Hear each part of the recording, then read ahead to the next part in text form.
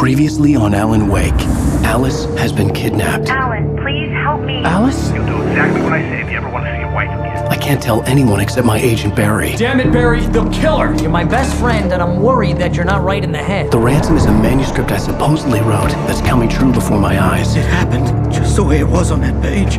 So dark. I have found only a few scattered pages. I want the entire manuscript. The deadline is in 2 days. I found Mr. Wake's pages. Good girl. How the hell did she get her hands on the manuscript anyway?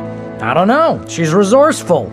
I told you you were too hard on her. Listen, I found out all sorts of interesting stuff while I was digging around. Yeah. Mr. Wake, it's Sheriff Breaker. We have an FBI agent here, Agent Nightingale. FBI? He's anxious to see you. You'd better come to the station. Okay, I'll be right over, Sheriff. Let's make this quick, huh? Help you folks? Name's Randolph. I'm the manager. We're looking for Rose. Works as a waitress down at the diner. Rose, sure. Nice girl. Who wants to know? I'm Alan Wake. The writer, huh? I heard on the radio you were visiting. Well, I'll show you her trailer. That Rose, she's a nice girl. Always pays her rent on time. As I was saying, Al, I found all sorts of weird stuff from the local newspaper's archives. This place is crazy! Disappearances, mysterious deaths, urban legends come true, and, get this, most of this stuff takes place around Cauldron Lake. Well, you ain't wrong, mister. The Indians thought the lake was a doorway to the underworld. I'm the God-fearing type myself. I don't hold with that sort of thing. Yeah, okay. Anyway, there was an island there owned by a guy called Thomas Zane. Now, some of the articles I found about him make him out to be a famous writer, but I ran a bunch of searches, couldn't find a single thing he wrote. Zane was heavily into diving, so much so that the place came to be called Diver's Isle. But the volcano under the lake erupted in 1970, and Zane went down with the island. Yeah, how about that? It was there in the morning, as if it had fallen from the sky. But it would take a tornado to lift something like that. We're damn lucky it didn't crush any of the trailers.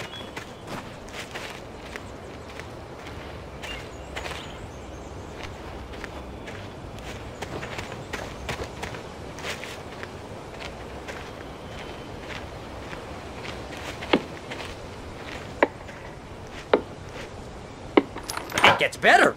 A local girl, Barbara Jagger, drowned in Cauldron Lake just a week earlier. They were lovers.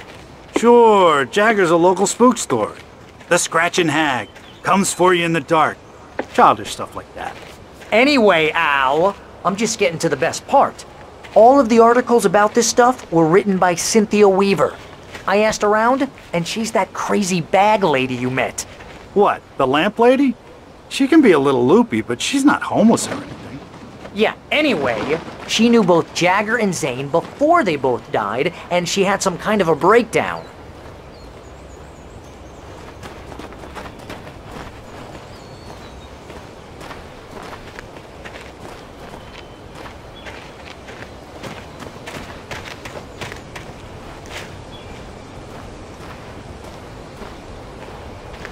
Well, mister, this here's Rose's trailer.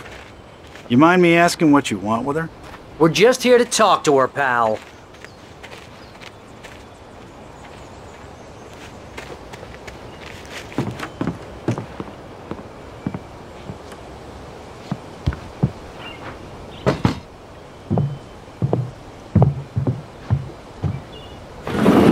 Welcome to...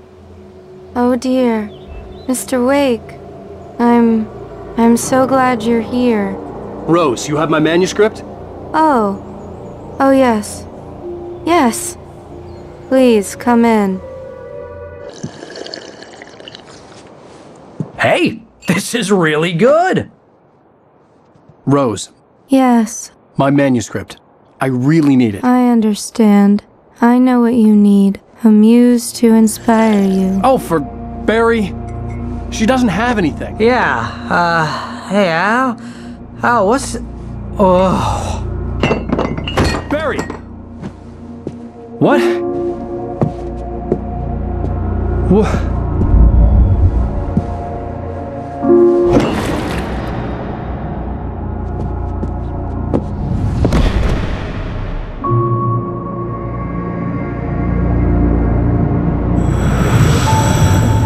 coming for you, hiding in my barber's skin. I'm too weak to stop it. You must turn the lights on. I promised I'd come visit you and your lovely wife. You must finish what you started. I insist. You must turn the lights on. Turn the light on. Back to work, boy.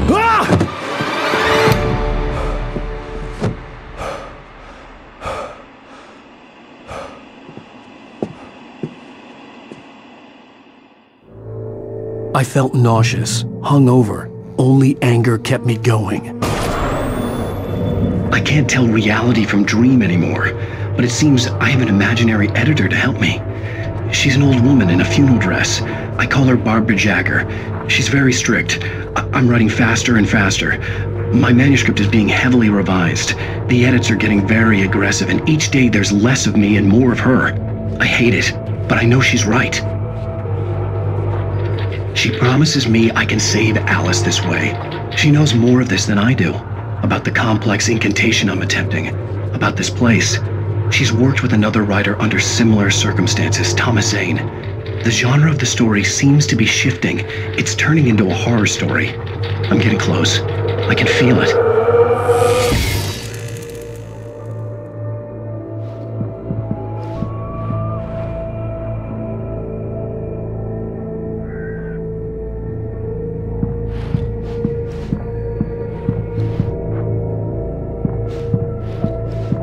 Rose took a day from me. I had less than 12 hours left to meet the kidnapper.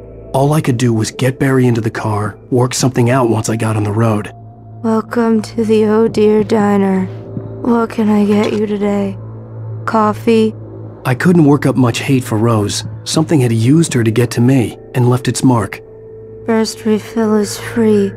Milk and sugar on the counter there. Would you like to hear today's specials?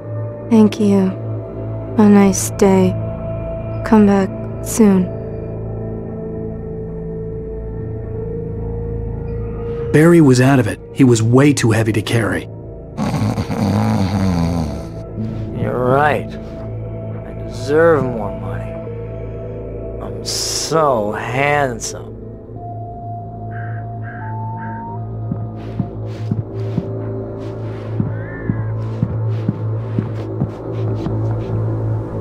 My gun and flashlight were gone. I'd have to find a way to get Barry into the car as quickly as possible. There was no time to waste.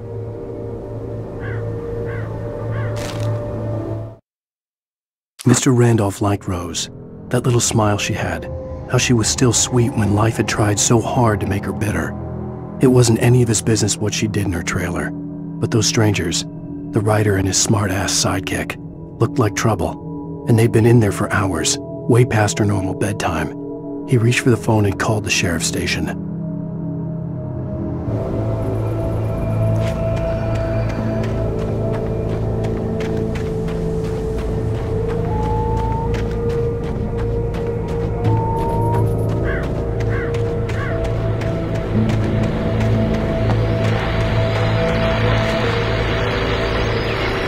I just stepped outside to catch a breath of fresh air, and let me tell you, the weather's getting heavy.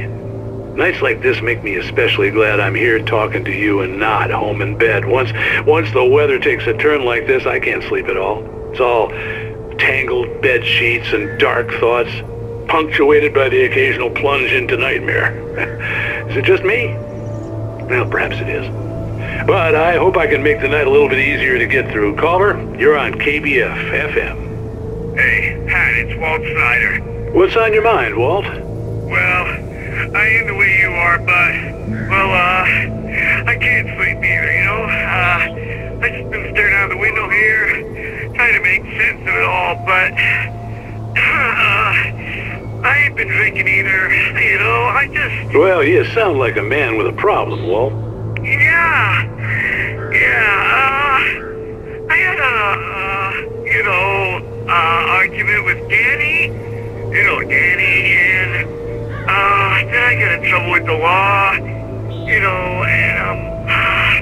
I'm just, Well, I heard something like that, Walt. yeah. Well, you know, Daddy's my best friend, and, they let me out on bail today. And now I'm just alone here at the window, waiting. Man, and there's something in the air tonight, man. I was just outside looking up at the sky above our broadcast tower thinking the same thing.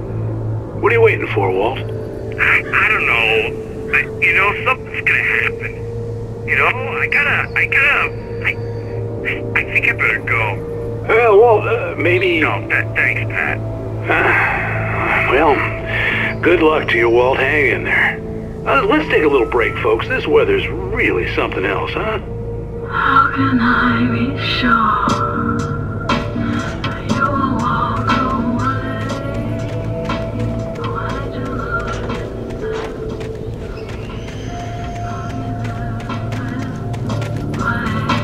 how can I be sure?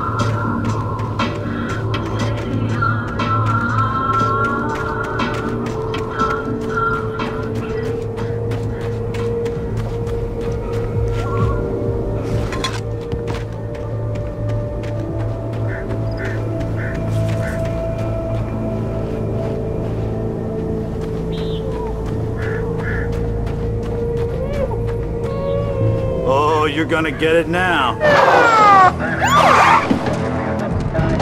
God knows what you've done to that poor girl. This is Agent Nightingale, FBI! Get him up, Hemingway! You're under arrest! You move a muscle, I'll unload right in your goddamn face!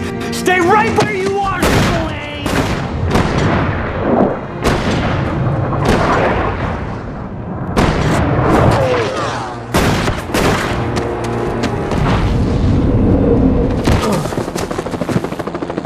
What are? I'm standing right here, you goddamn maniac!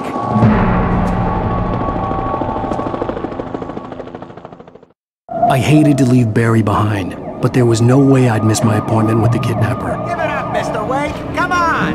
Take it easy now! Get after it! Don't let him get away!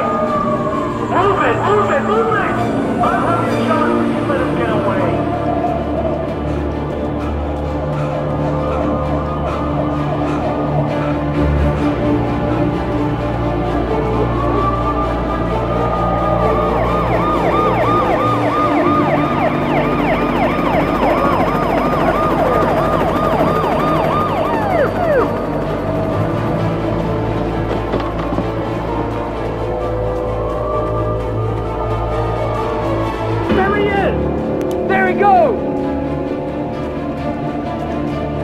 Okay, men, keep your eyes peeled. He's gonna try to make it through here. Oh, damn. This way! Go! Fan out! No! Stop! He's on right here! God damn it! Where did he go? He moved away! Keep an eye out!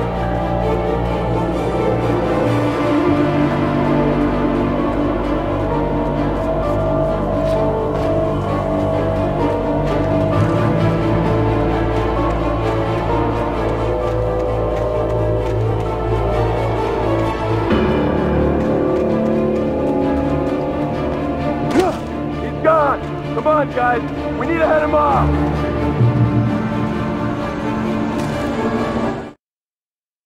For decades, the darkness that wore Barbara Jagger's skin slept fitfully in the dark place that was its home and prison. It was hungry and in pain. It dreamed of its nights of glory when the poet's writing had called it from the depths and given it a brief, terrible taste of power and freedom. The rock stars had stirred it from the deep sleep the poet had sunk it back to in the end. When it sensed the rider on the ferry, it opened its eyes.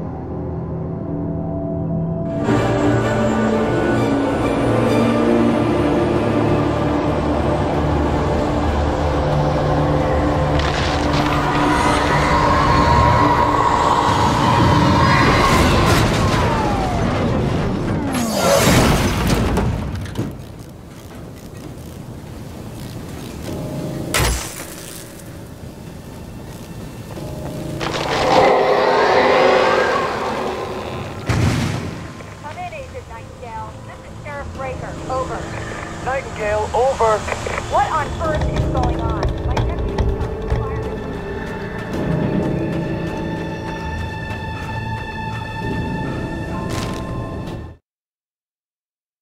Rose didn't know how the strange old lady got in her trailer, and she looked wrong somehow. The woman showed her teeth in an approximation of a smile and traced a finger down Rose's cheek. "Pretty girl," she said. Rose felt as if she was falling asleep, but her knees didn't buckle. The crone spoke in a whisper, her words ice cold and dark in Rose's ear.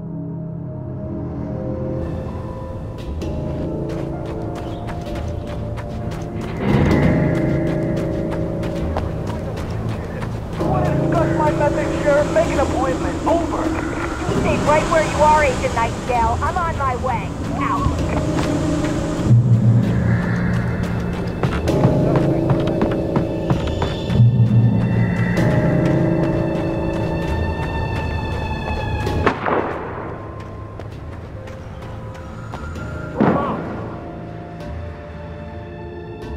Search the area.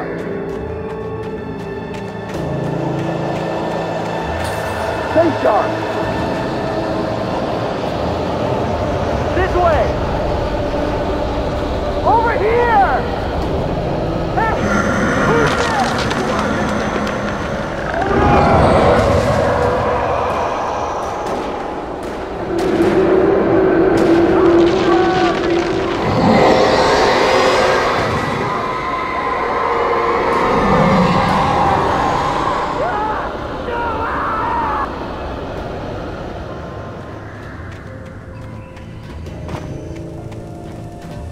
This horror was everywhere I went, circling me.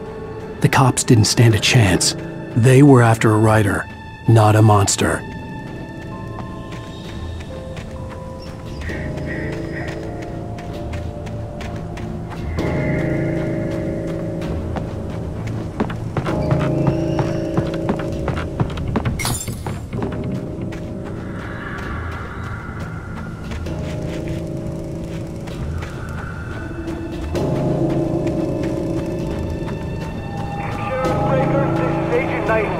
I've lost contact with the person you assigned to me. It's Wake's doing. Wait, are you seriously telling me that geek writer just took out my deputies? Are you kidding? I mean, have you seen this guy? He wears a tweed jacket. Over. He's the guy we're chasing. If it's not him, who then? Bigfoot? Over. I don't know yet, but I'm not in the habit of jumping to conclusions. That tends to come back and bite you in the ass. Out.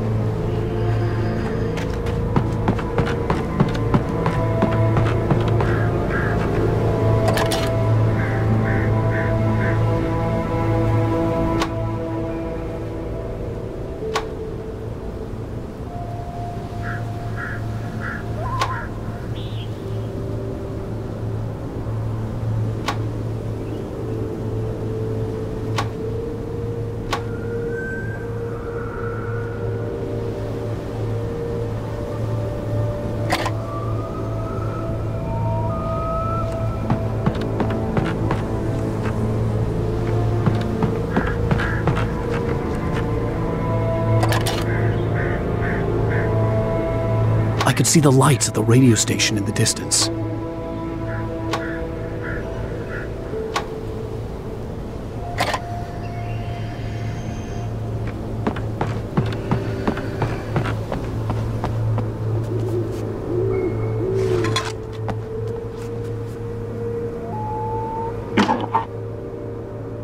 This is James. Mulligan, Thornton, come in. Over.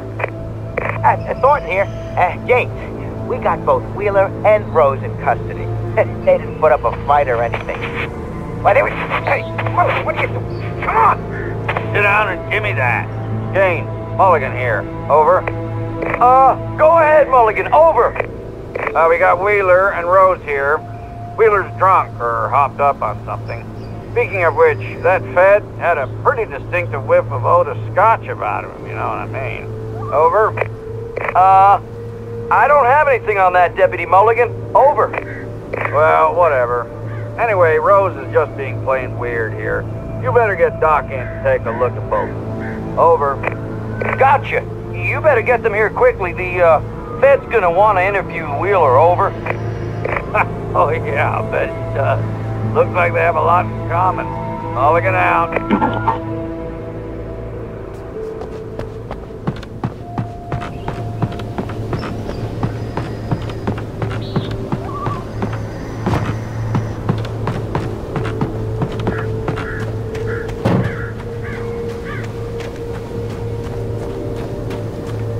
I imagined that the broadcast tower in the distance was part of the local radio station. Maine seemed like a decent guy. Perhaps he could give me directions to the coal mine.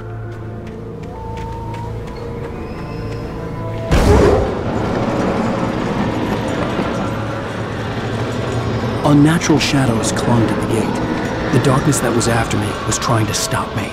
I wouldn't get through without a light.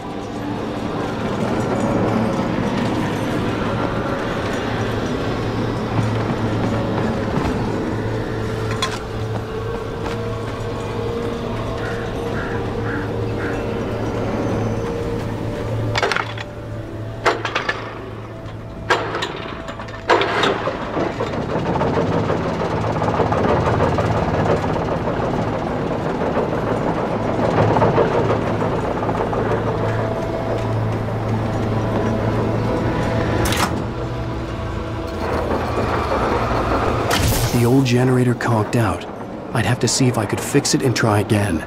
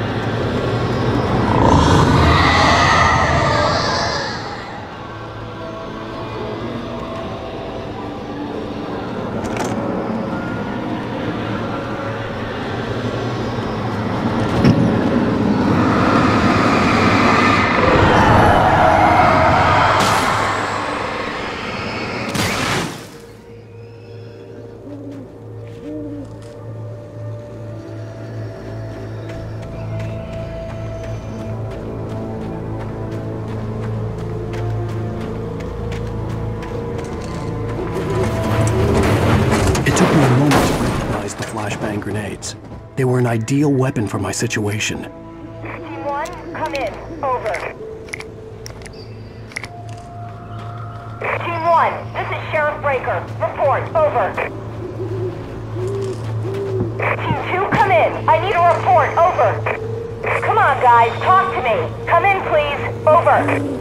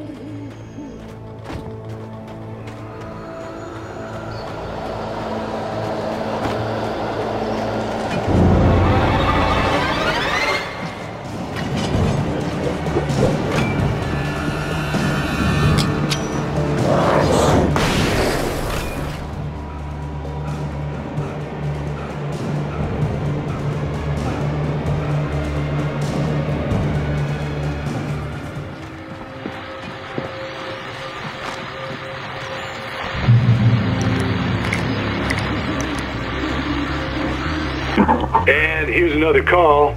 You're on KBFFM with Pat Maine. It's Milt Peabody, Pat. What's on your mind, Milt? Well, I live near the trailer park, Pat, and there's a big ruckus going on over there. Well, that's just up the road from me, too. What's going on, do you know? I don't know, but there's a bunch of police cars there, lots of sirens, a helicopter buzzing around, and I think I heard some gunshots. Gunshots? Yes, sir, like from a pistol. So can you find out what's going on? Because it's just next door and they're popping off guns there. They're still shooting? No, it was maybe 10-15 minutes ago. It sounds serious, Pat. I'm telling you, it don't sound like no party. Well, I'm certainly going to give the station a call, Milt. Okay. You'll hear it here as soon as I hear from them. Okay, thanks.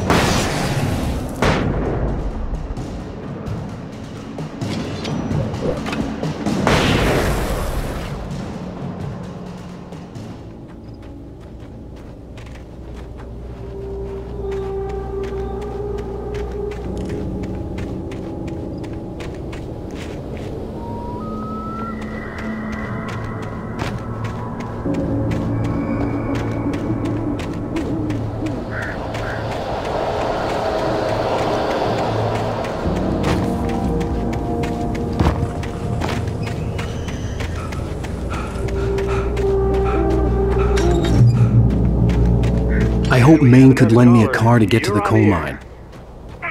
It's Lorna Miles. Why, hello, Lorna. What do you have for us?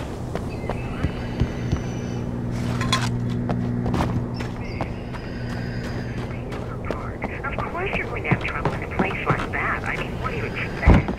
The sheriff should be helping us normal citizens instead of wasting resources on those people. Well... You'll have to try to sort themselves out. I'm sorry, but my granddaddy settled in Braight Falls in 1911. Well, thank you very much for that compassionate viewpoint, Lorna. Oh, here's a little surprise. The famous writer Allan Weyk just walked in. Folks, I'm going to see if I can talk him into an interview. Come on in, Mr. Weyk. Oh, I'm so glad you could find the time to do this, Mr. Weyk. Nowhere to run now, Dan Brown. You back away from me. Don't hurt. Whoa. Everyone calm down. Put the gun down. We're all friends here, right? Cool your jets, Nightingale. We got him. What the hell's the matter with you? There's a civilian in there.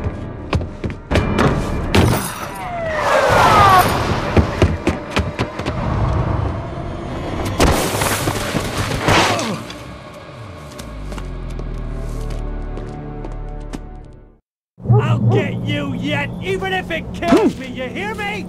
You hear me, H.P. Lovecraft? I had fallen off so many cliffs it was ridiculous. That's what you get for naming a book The Sudden Stop. It was probably good I hadn't had the chance to tell Maine where I was going. I'd have to lose the cops and find my own way to the mine.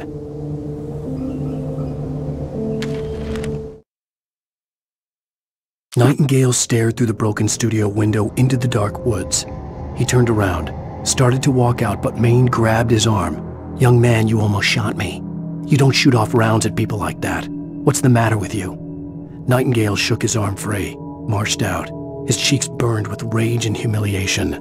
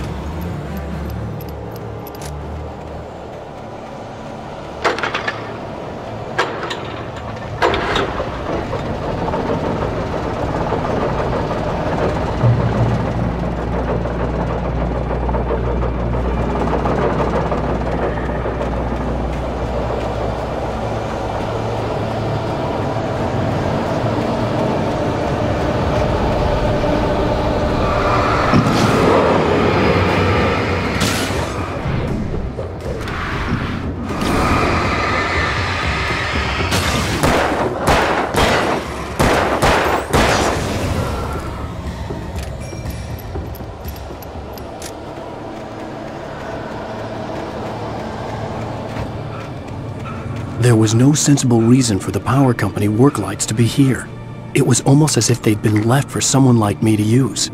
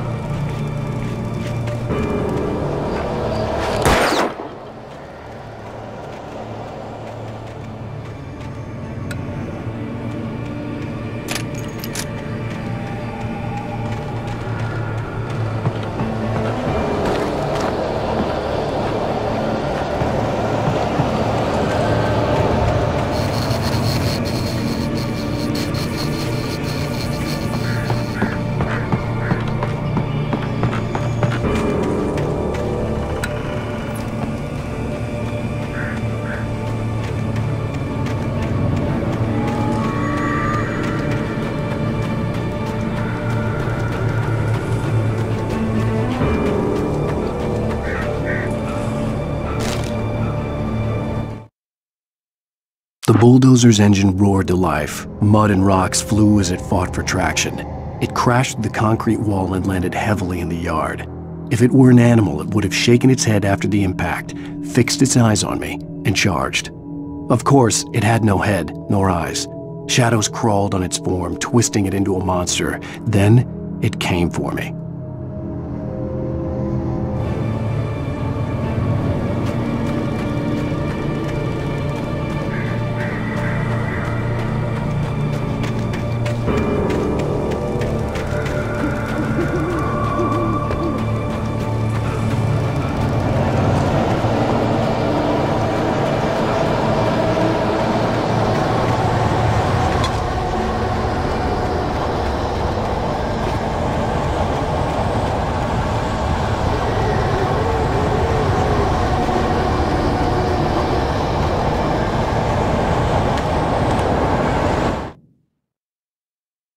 Sarah trusted her gut, and her gut said Agent Nightingale was an asshole.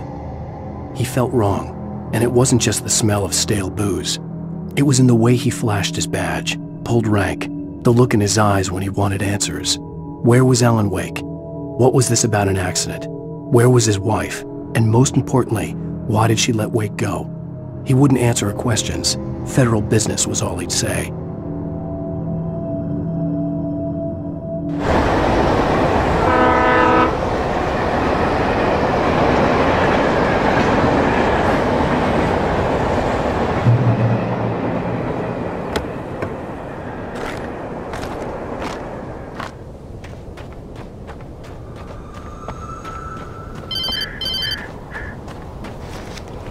Hello? The most stubborn man I've ever met. Alice? Alice? Alan. I'm so afraid. Keeps me in the dark. Please help me. I look at you, Alan, and it's not you. Something else. Looking out from behind your eyes. Alice, I'm here. I'm so alone here. It's all gonna go to hell. You need to be careful. Cooperate. The connection had been terrible, but that wasn't the only thing that hadn't been right with the call. She sounded wrong somehow, but she had called me.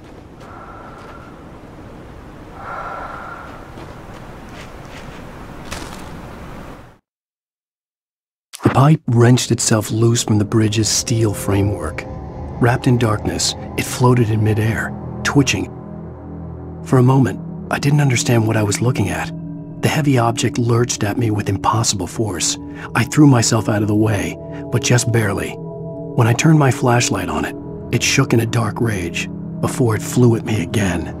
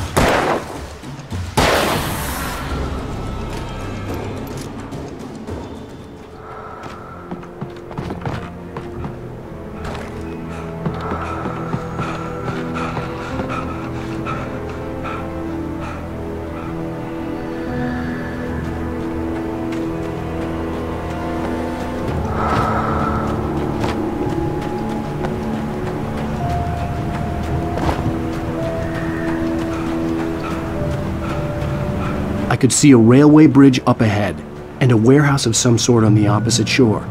I hoped I could find a car from there.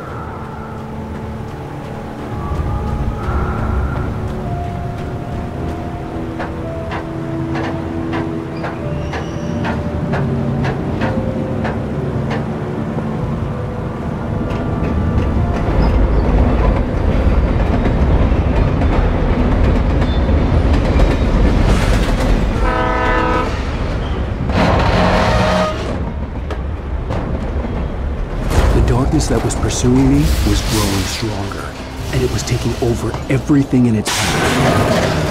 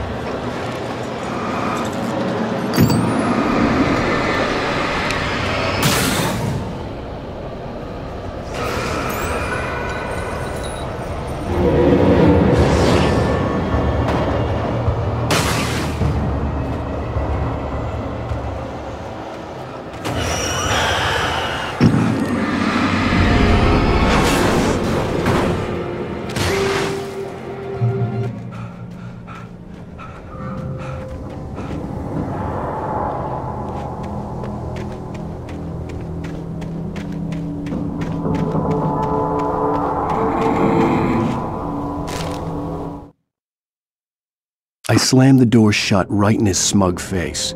He pleaded for me to open the door. True to form, the asshole actually thought I would obey.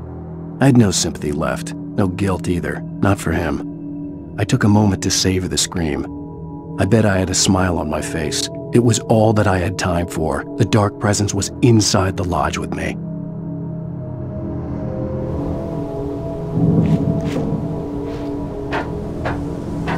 As a teenager, just starting to get interested in writing, Stephen King had been a source of inspiration to me. I thought about all the inanimate objects that had come to life in his books. No one is safe in a good horror story, certainly not the protagonist. That's what makes them fun. This was anything but. The darkness could possess anything, and it was getting closer.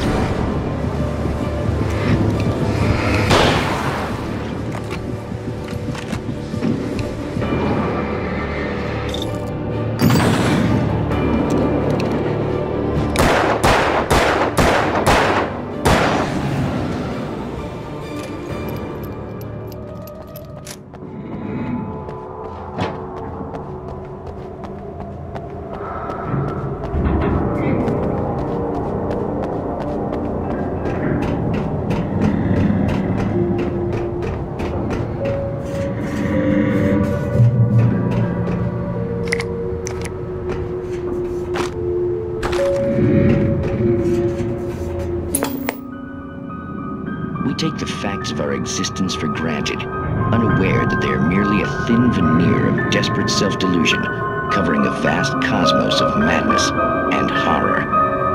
All too often, the stars are right. In Night Springs.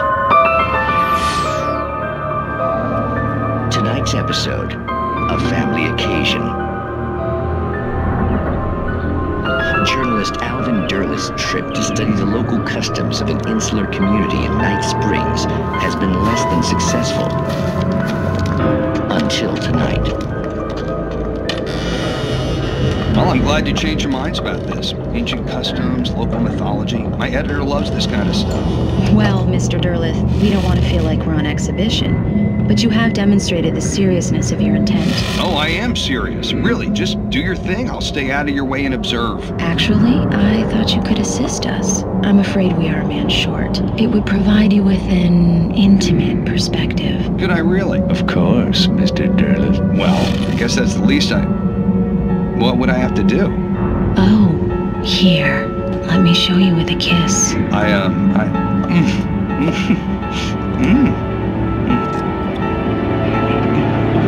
What did you...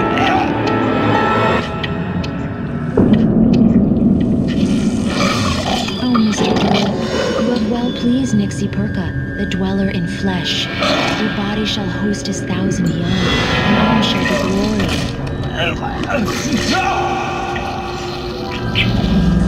Shh, darling, be calm. Shh. Alvin Derleth learned a harsh lesson.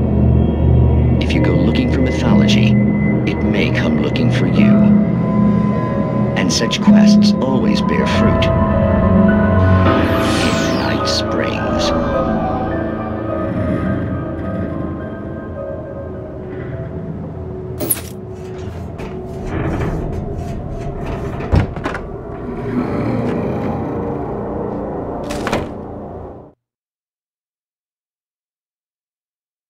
The darkness surged towards me, sucking everything loose from the ground into its depths, tugging at my clothes.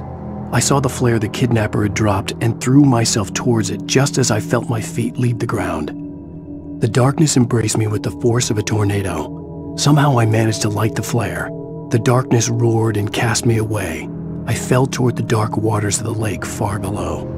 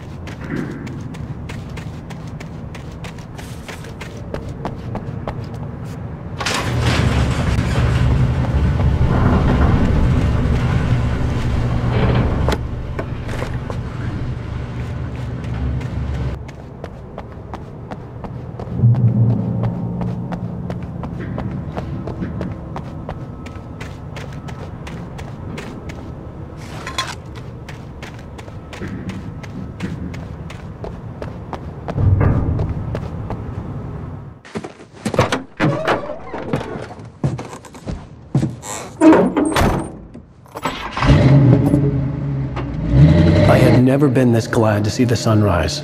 I had a couple of hours to get to the coal mine.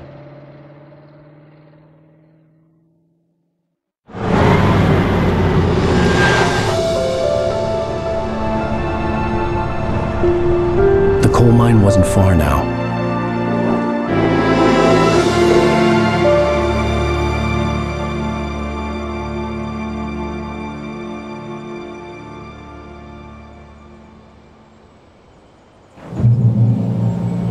Today, I would meet the kidnapper, and he would give me Alice. I wouldn't give him any other choice.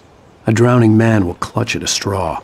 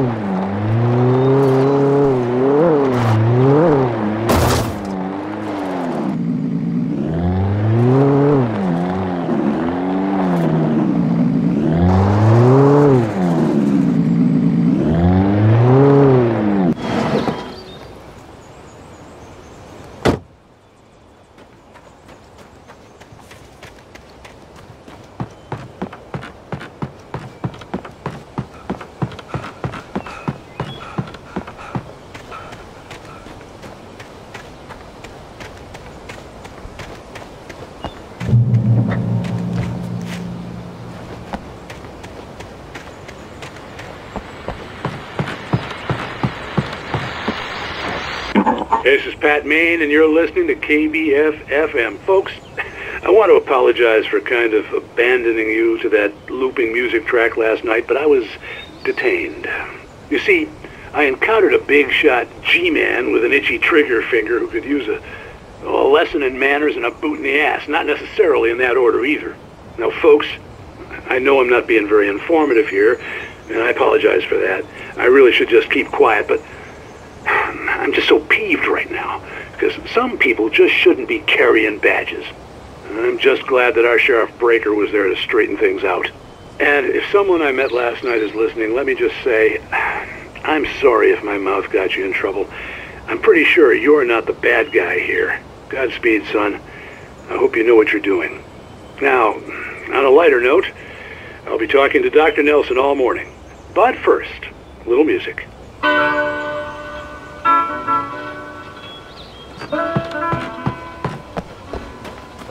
Nobody cares about me.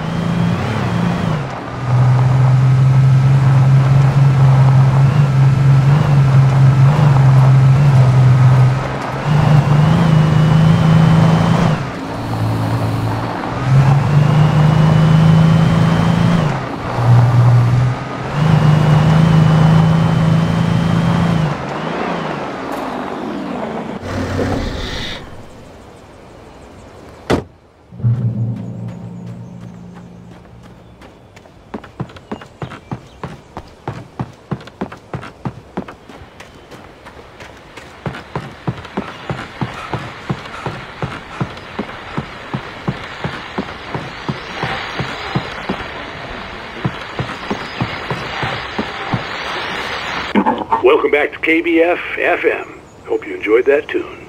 Now, Doc, you were talking about life and finding that special someone, that soulmate. Well, you were talking about that.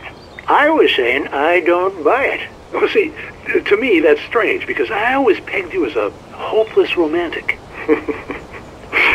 You got me there, Pat. But I think love's where you look for it. And you need to do a lot of looking, sure. But the idea that there's that one special person out there for you, and if you miss that chance, it's gone forever and you're forever incomplete. I mean, isn't that depressing? Or, heck, childish even? There's plenty of fish in the sea. And apparently a fisherman has a fishing analogy for everything, but what you're saying, isn't that a little harsh? Well, no. What I am saying is that your potential for finding that connection isn't limited to what's essentially a chance encounter. How is that harsh? Yeah, well, I guess that's a nice thought, but let me say something personal here. Okay. Now, well, I don't disagree with you exactly, but I can't really fit that together with what I feel, what I felt for someone, because she was the one. She was. And I let her drift away from me. Maybe I didn't put in the work, I don't know, but, well, since then, and it was a long time ago, but since then there hasn't been anyone, not like her. And I'm not saying I dwell on her or haven't moved on. I like my life. I'm not living in the past, but I do miss the way she completed me. You can't argue with the heart, Pat. I'm sorry, folks. I had kind of a scary experience last night, and let's just say it's shaken a few things loose.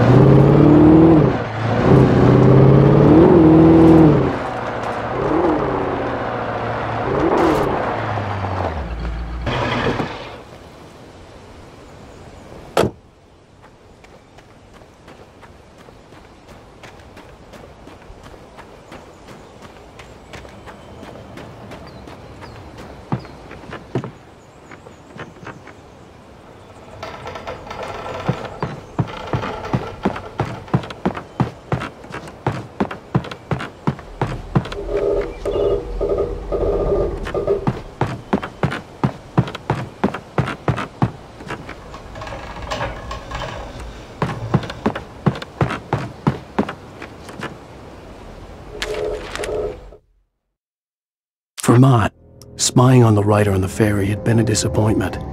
His boss had made Wake out to be something special, but Mott hadn't been impressed. He'd gotten a good long look at the wife, though, and he liked what he saw. Mott had fantasized about goading Wake into a fight, but it hadn't happened. Still, he'd get his chance to see if the writer had anything in him. He'd been promised as much.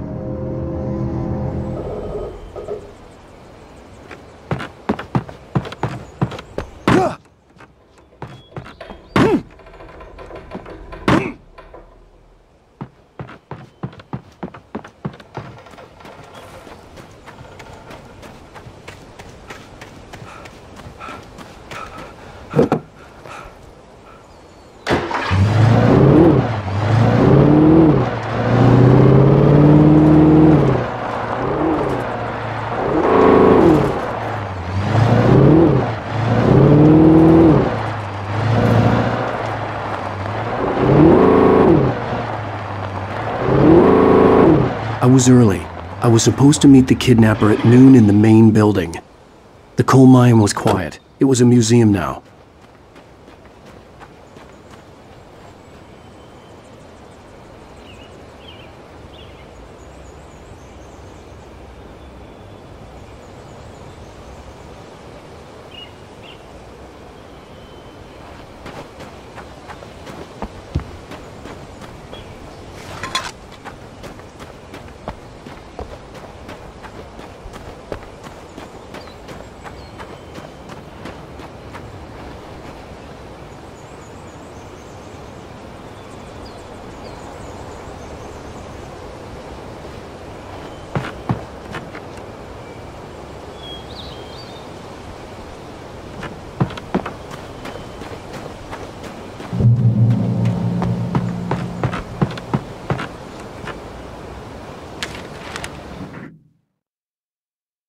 With Nightingale gone and the night wind blowing in through the broken studio window, Maine stared at Sarah. The sheriff looked away. Maine's voice shook with barely controlled anger. That boy's doing more drinking than thinking. I hope you know what you're doing, Sarah. He's got a sickness in his eyes. You take my word for it. He wants Wake for a reason, and it's not for anything good.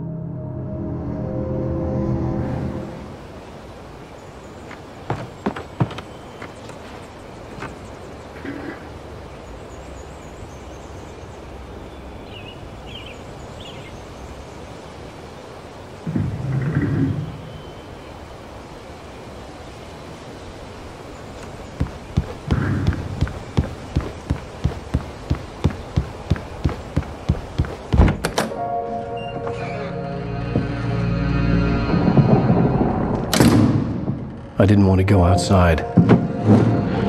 Cops had to be looking for me. The noon sun turned the place into a sauna. The day dragged on. Different scenarios ran through my mind. Ways of how I'd torture the kidnapper to get Alice back. Or the different horrible things he could have done to her. I imagined her dead. I had no way of knowing she was still alive. It was killing me. I was running on blind hope. It was all a waste of time. The bastard never showed up.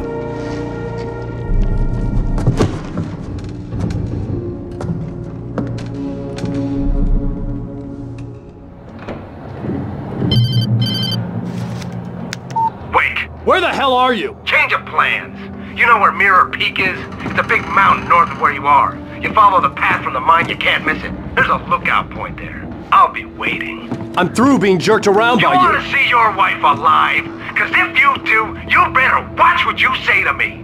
Do we understand each other? I want to talk to Alice.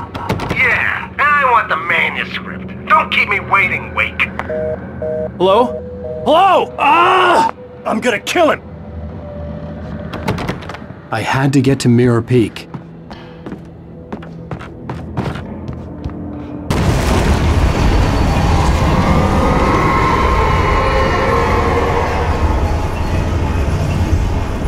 It was close.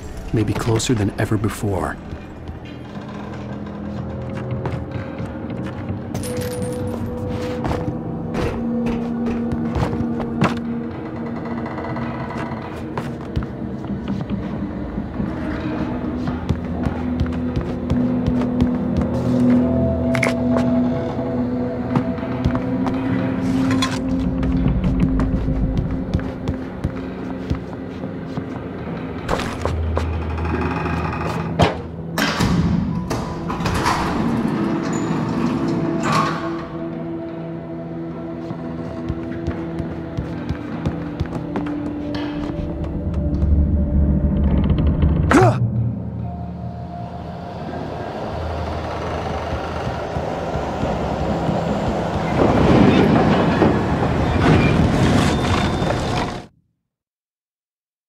When Thomas Zane fell for Barbara Jagger, it happened fast. She was young, vibrant, and beautiful, full of life. He had never been a very happy man, and without any seeming effort, she had changed all that. Zane felt good for the first time in his life. Everything she did was another piece of a jigsaw puzzle he hadn't even known he'd been missing. And best of all, she made the words flow, strong and sharp. She was his muse.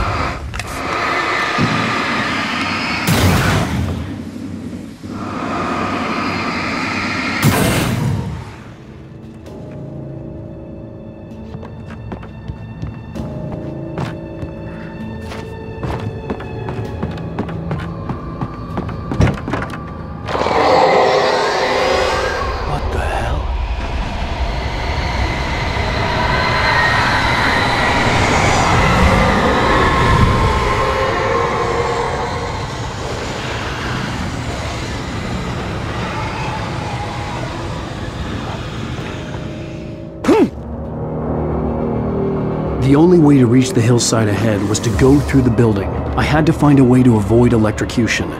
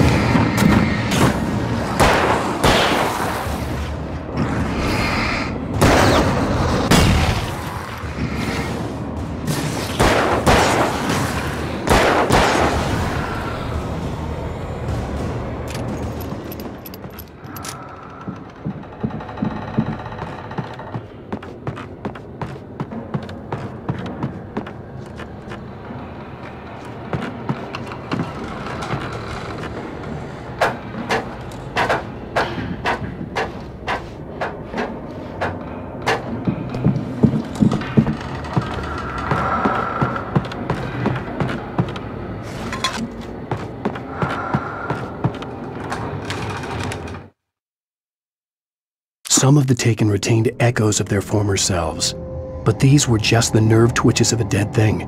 Nothing remained but a shell covered and filled with darkness. In most cases, these puppets were enough for the purposes of the dark presence. But for anything more elaborate, as with the writer, it was different. It needed his mind. And so rather than taking him over completely, it merely touched him.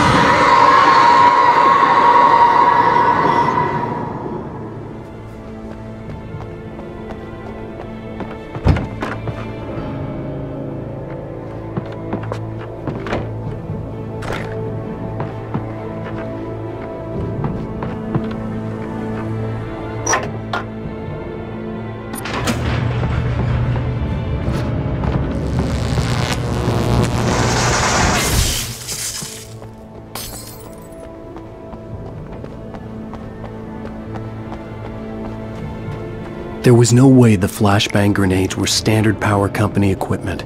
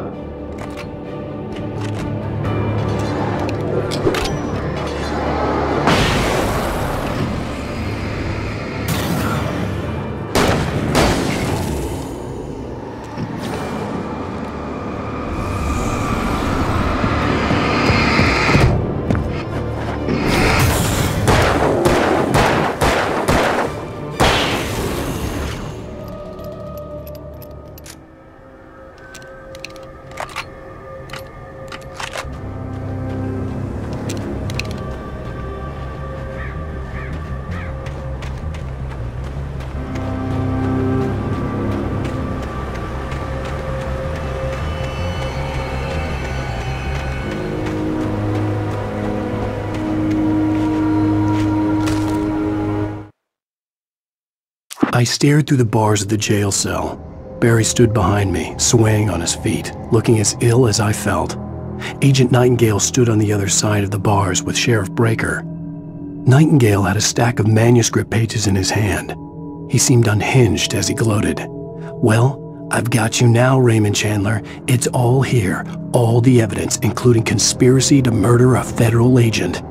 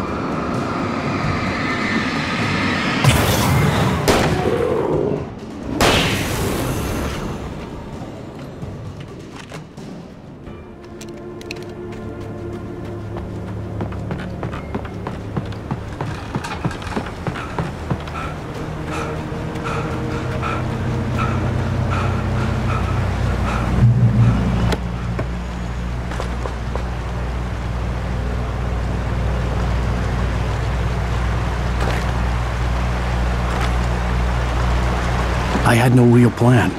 I was going to give the kidnapper all the manuscript pages I had for Alice.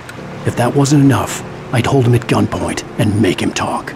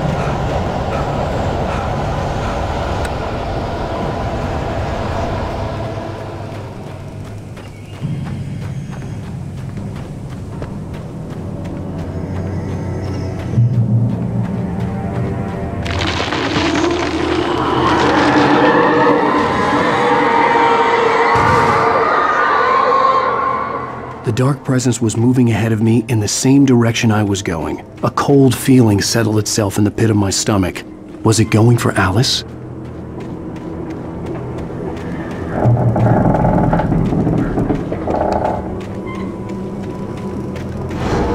The graveyard shift may cause cancer.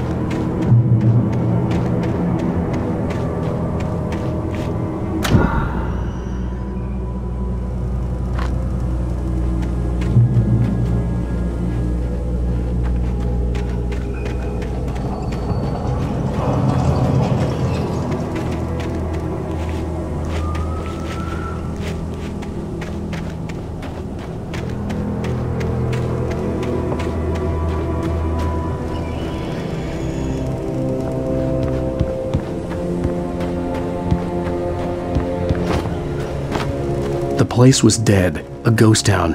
Had been for decades, maybe a century.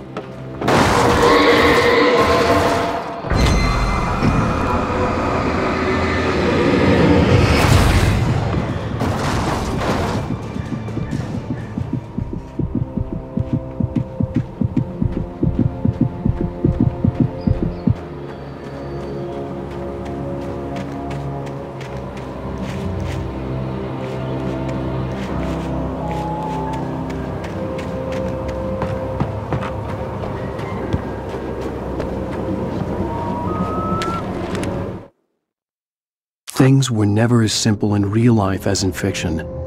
I had lost count of the times I had wished there'd be a clear reason for my writer's block.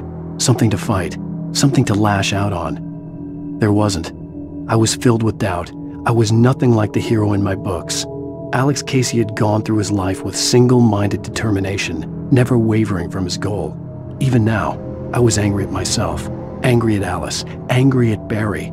I was fumbling and I had no plan.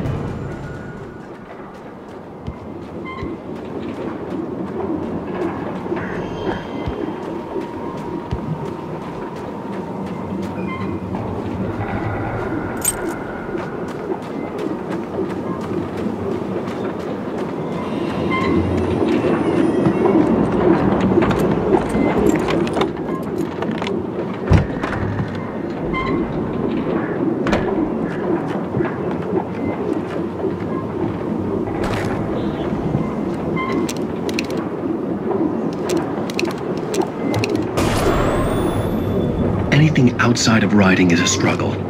I feel ill. I managed to make my way downstairs. There's a shoebox filled with books and papers by Thomas Zane. It's very hard to focus, but I managed to read some of it. He's a poet, and a good one. He writes of muses and creators summoning fabulous things from a magic lake, using his powers to shape the world of a realm of gods and dreams and demons, dark things that wait for a chance to slip through, wearing the flesh of men as disguise. Zane writes about himself, his girlfriend being taken over by a dark presence, about growing scared of the lake. Zane believes it's a mirror to the gaping void of darkness above, where some Lovecraftian presence lurks. I crawl back upstairs. I'll borrow these things for my story. They ring true. They fit.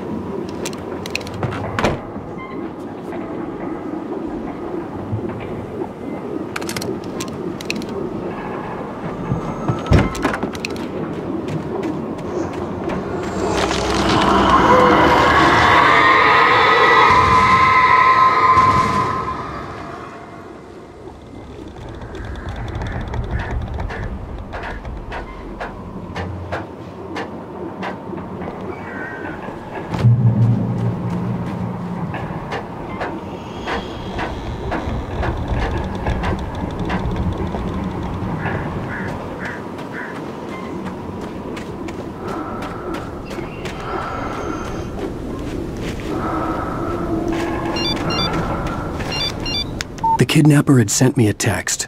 The message was full of spelling errors and insults. It was telling me to hurry up.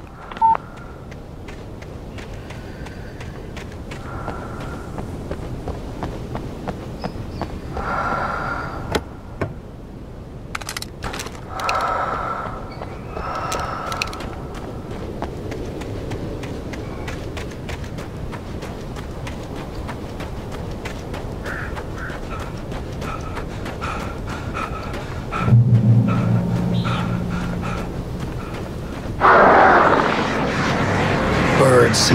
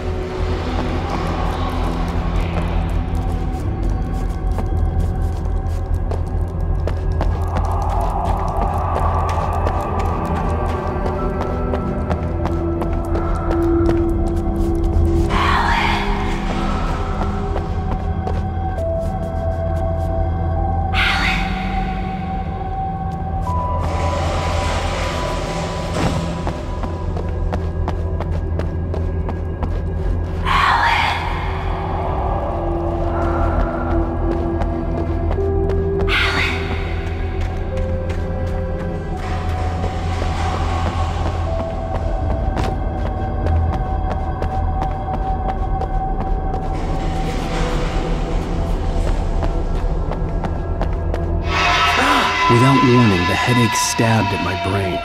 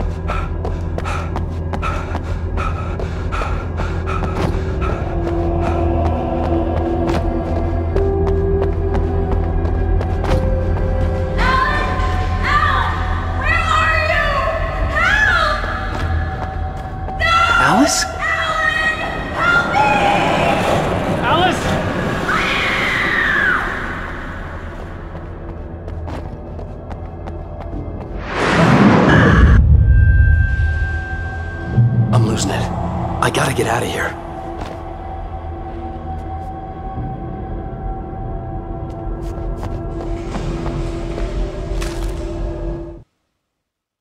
The hunters were big, thick-set men, confident and at home in the woods. They were feeling good, running on beer, ghost stories, and camaraderie late into the night.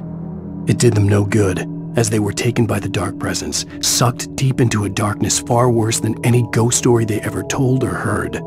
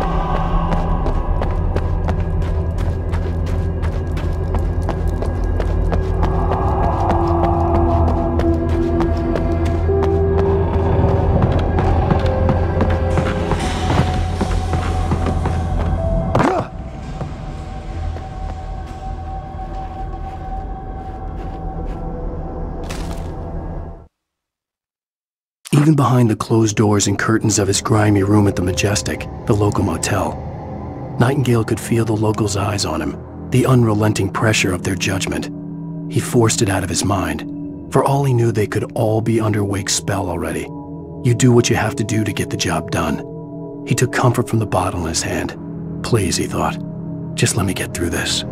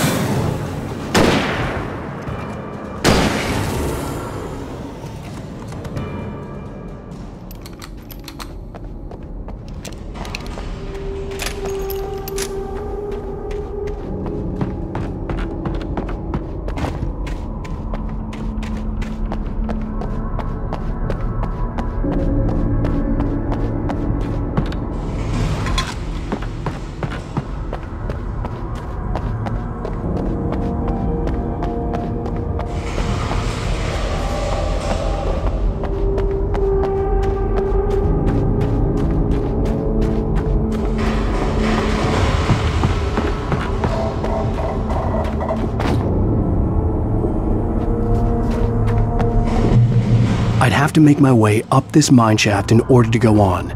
Maybe the machinery could help me with that.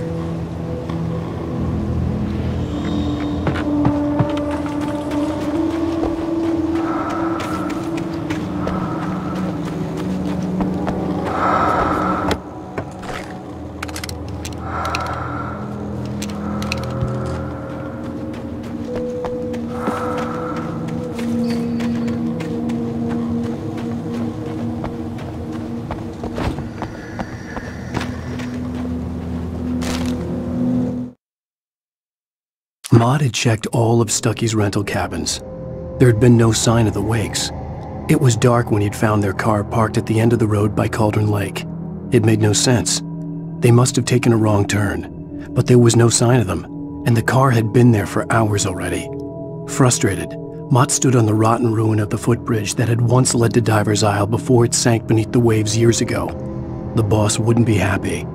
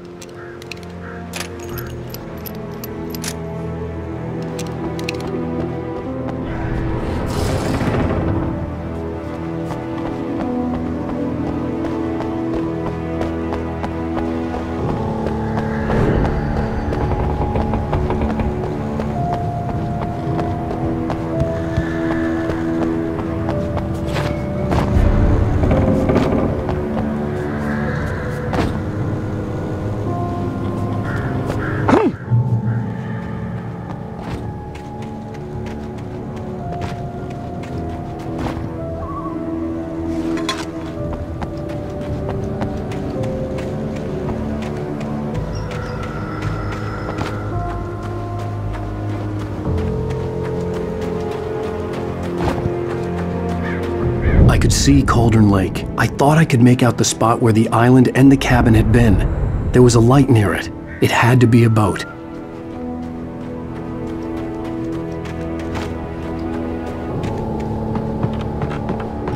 I was close now. I had to get there fast.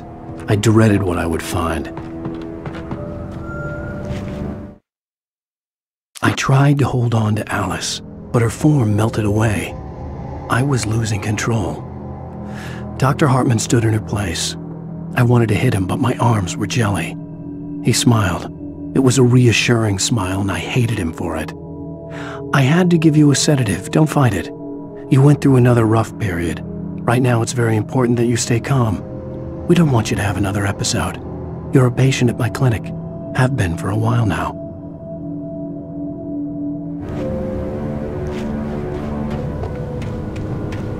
Wait! That you? Wait! Hey, I'm here! I'm coming! No! Get away! Sorry. Please, it's late. The boss didn't know who he was messing with. I didn't know. I swear, I didn't know. We don't have his wife. We don't know where she is. She's probably drowned. We just said we had her to make him play ball. You see? They got him writing for us. Please. Please, oh. I'm sorry. Please, don't hurt me.